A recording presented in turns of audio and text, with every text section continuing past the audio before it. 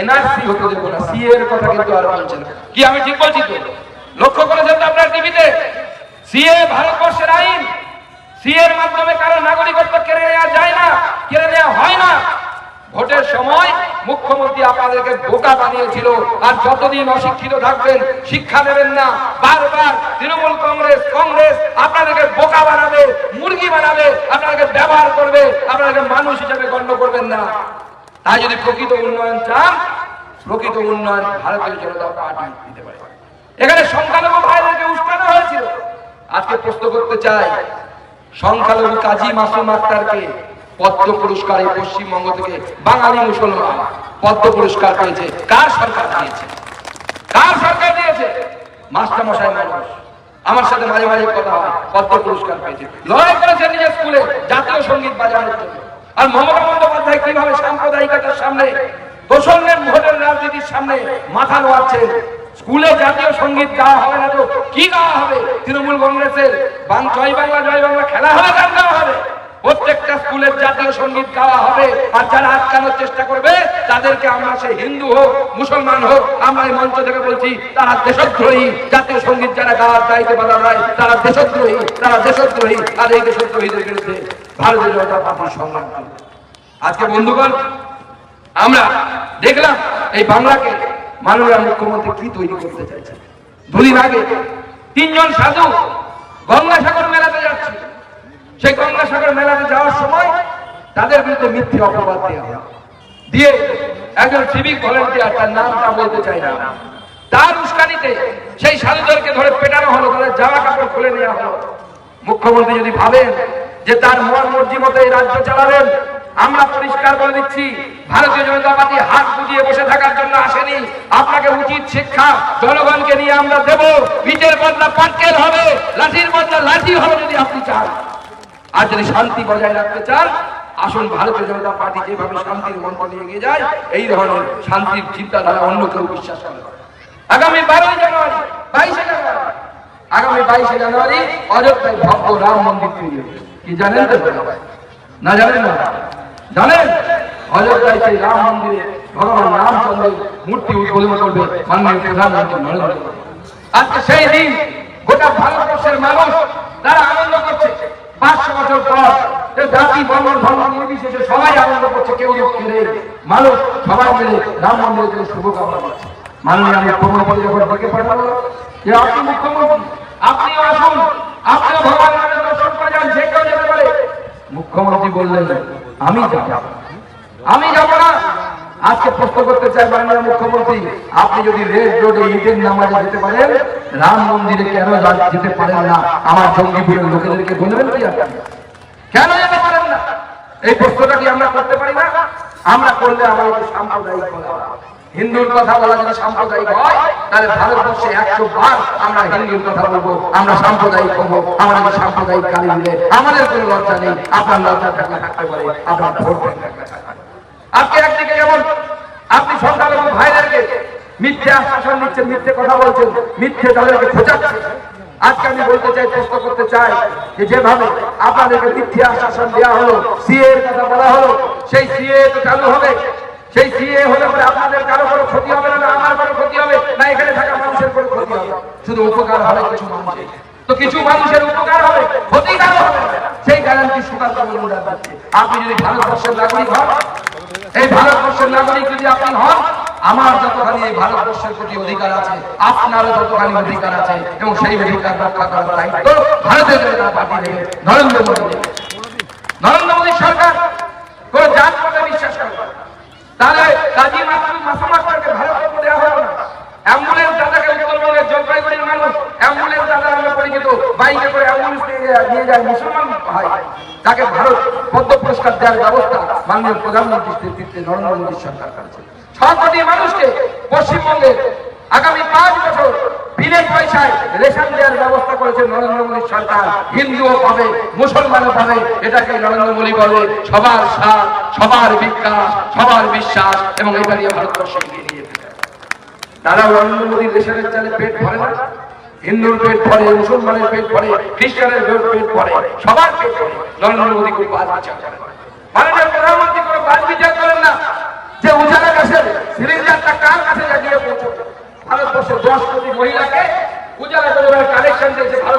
প্রধানমন্ত্রী নরেন্দ্র মোদী হিসাব করে দেখেননি কে তৃণমূলকে ভোট দেয়, কে বিজেপিকে ভোট দেয়।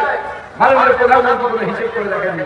তিনি দেখেছেন আমার ঘরের গরিব মায়েরা, কারণ মাননীয় প্রধানমন্ত্রী নরেন্দ্র মোদী নিজের মাকে ছোটবেলায় দেখেছেন কিভাবে উনানে ফু দিয়ে দিয়ে কাঠ দিয়ে রান্না করতে হতো, সেই কষ্ট নরেন্দ্র মোদী দিয়েছেন। তাই নরেন্দ্র মোদী আমার ঘরের মায়েদেরকে জাতি বর্ণ ধর্ম নির্বিশেষে উজালা যোজনার কানেকশন দিয়েছে। 9 কোটি মহিলা ভারতবর্ষে তারা উজালা যোজনার গ্যাস পাচ্ছে, 300 টাকা কমে গ্যাস পাচ্ছে, 603 টাকায় উজালা যোজনার গ্যাস পাচ্ছে। নরেন্দ্র মোদী সেই ব্যবস্থা করেছে, আমাদের সরকার সেই আজকে ভাবছে অবাক। নরেন্দ্র মোদীর নেতৃত্বে দেশ চাঁদের দক্ষিণ মেরুতে পৌঁছে যাচ্ছে, ইসরো সেখানে পৌঁছে যাচ্ছে। আর আমাদের মুখ্যমন্ত্রী দিদিমণি তুমি কথায় কথা বলে এগিয়ে বাংলা। আর আমরা কি দেখতে পাচ্ছি, যখন এই চোর ধরা পড়ছে তাকে ধরে তাকে সমর্থন দিতে তৃণমূল কংগ্রেস, মুখ্যমন্ত্রী তার ভাইকে পৌঁছে যাচ্ছে।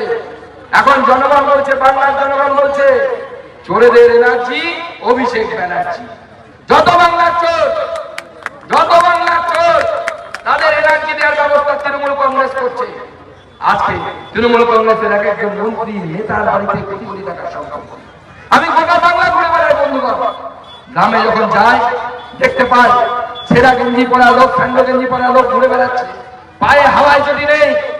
আর তৃণমূল কংগ্রেসের গঙ্গার প্রাক্তন চেয়ারম্যান, তার অ্যাকাউন্টে দেখা যাচ্ছে 2000 কোটি টাকা। কত কোটি টাকা? 2000 কোটি টাকা। এই টাকা আর কার নয়, এই টাকা আমার, আপনার, সাধারণ মানুষের। আমাদের অধিকারকে চুরি করে এই চোরেরা বড়লোক হয়েছে। এদেরকে জেলে পাঠানো উচিত কিনা আপনারা বলুন? উচিত, জেলে পাঠানো উচিত। তাহলে এদেরকে যদি নরেন্দ্র মোদী ইডি সিবিআই জেলে পাঠায়, নরেন্দ্র মোদীকে গালি দেওয়ার অধিকার মমতা বন্দ্যোপাধ্যায়ের আছে। এই মঞ্চ থেকে আমি বলে যাচ্ছি, প্রত্যেকটা চোর জেলে যাবে। সেই আপনার জেলার আকির হোক, আকিরুজ্জামান হোক, ইমামি হোক বা জাকির হোসেন হোক, প্রত্যেক চোর জেলে যাবে, প্রত্যেকটা চোর।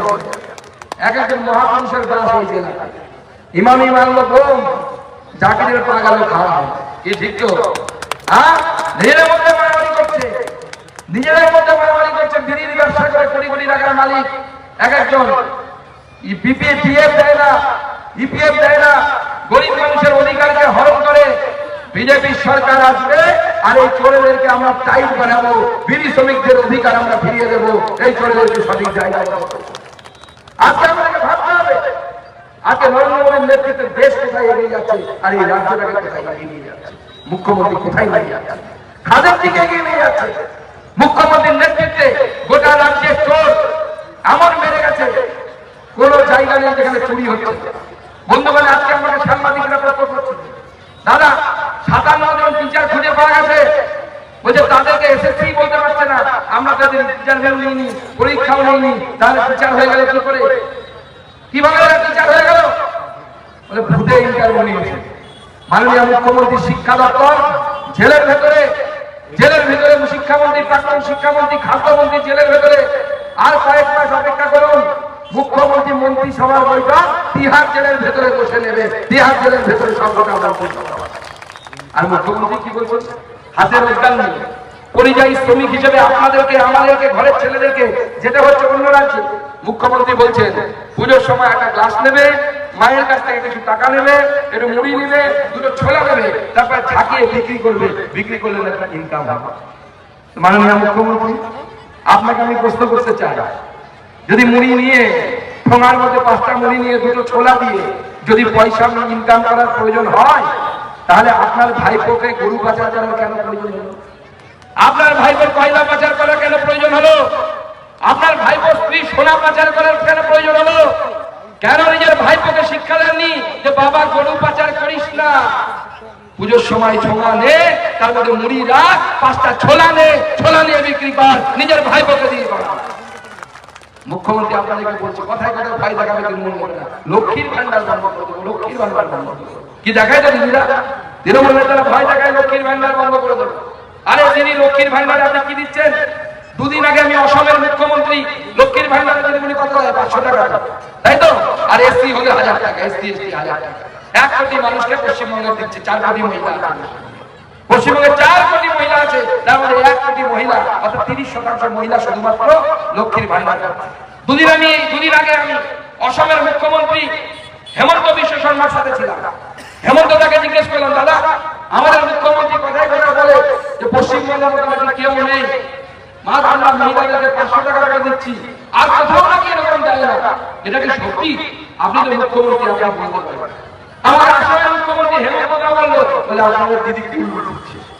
দিদি কুল দিচ্ছে বলে কেন? বলে আমার রাজ্যে আমি 550 টাকা করে মহিলাদেরকে দিই। আসাম ছোট্ট একটা রাজ্য, মহিলাদের কত দেয়? 1250। মনে রাখবেন, তৃণমূলের কোন নেতা রাস্তায় দেখা বললেন, জিজ্ঞেস করবেন, আরে আসাম একটা ছোট্ট রাজ্য, মহিলাদের 1250 টাকা করে দেয়। আর আমি ঘোষণা করছি, বিজেপি যখন এখানে ক্ষমতায় আসবে 26 সালে, আমরা অন্নপূর্ণা ভান্ডার চালু করবো, মহিলাদের 2000 টাকা করে দেওয়া হবে। বিজেপি কাজ হবে না, রাজ্য বাঁচবে না। এই রাজ্য রোহিঙ্গাদের আশ্রয়স্থল করে সাধারণ মুখ্যমন্ত্রী মমতা বন্দ্যোপাধ্যায় এই রাজ্যটা শেষ করে দিয়েছে। আজকে একের পর এক শিল্প আছে, যোগী আছে, আপনারা অবাক হয়ে যাবেন। কিছুদিন আগে একজন বাঙালি অভিষেক বন্দ্যোপাধ্যায়, তিনি নোবেল পুরস্কার পেয়েছেন আমেরিকায়। তিনি ভারতবর্ষে একটি রাজ্য বেছে নিয়েছেন গবেষণা করার জন্য, যে আমি আমার নোবেলের জিনিস নিয়ে গবেষণা করবো। ওই রাজ্যের বাঙালি, কিন্তু পশ্চিমবঙ্গের মমতা বন্দ্যোপাধ্যায়ের কাছে আসেন, সেই কাছে ভারতীয় জনতা পার্টির মুখ্যমন্ত্রী যোগী আদিত্যনাথের স্বামীর কাছে, বুলডোজার বাবার কাছে গেছে যোগী আদিত্যনাথের কাছে। আজকে মুখ্যমন্ত্রী জবাব দিতে পারবেন যে একজন বাঙালি নোবেল পুরস্কার জেতার পরও তিনি কেন বাংলায় আসছেন না তার কাজ করতে? তিনি যাচ্ছেন বিজেপি শাসিত উত্তরপ্রদেশে যোগী আদিত্যনাথের কাছে। এটাই হচ্ছে মোদীর ম্যাজিক, যোগীর ম্যাজিক, বিজেপির ম্যাজিক। বিজেপি আগে আমরা ফোন ব্যবহার করতাম, ফোন খুলতাম, ফোনের নিচে লেখা যাচ্ছে, পিছনে লেখা যাচ্ছে মেড ইন চায়না। এখন ফোন থেকে ভারতবর্ষে 100টা ফোন তৈরি হলে এখন 90টা ফোন মেড ইন ইন্ডিয়া ভারতবর্ষে তৈরি হচ্ছে। আমার উত্তরপ্রদেশের রাজ্য ফোন তৈরি হচ্ছে, আমার রাজ্যে তৈরি হচ্ছে।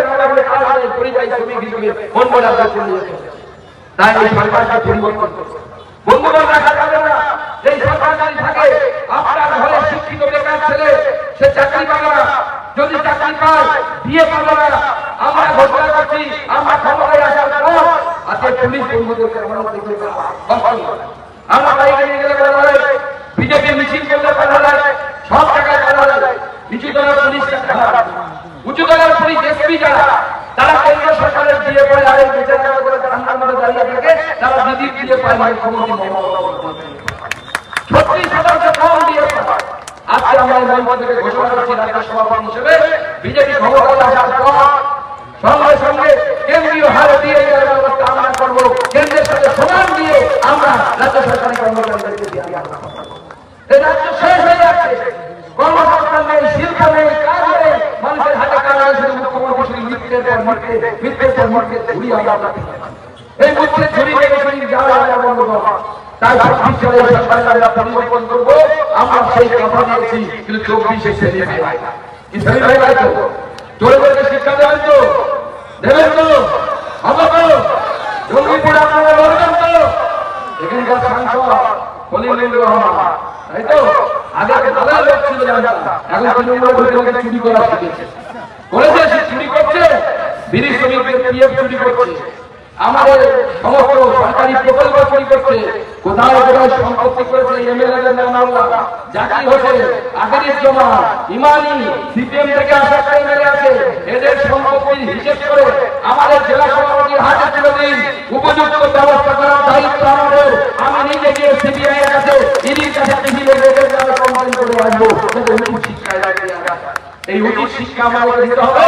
এই সরকারকে আমরা তুলে ফেলে দেবো, উপরে ফেলে দেবো। আর আমাদের কর্মীদের গায়ে, আমাদের মায়ের গায়ে যেখানে হাত করেছে, যেখানে পার্টি অফিসে হাত করেছে, তার প্রত্যেকটা হিসেব আমরা করার সবাই আমরা দিয়ে দেবো।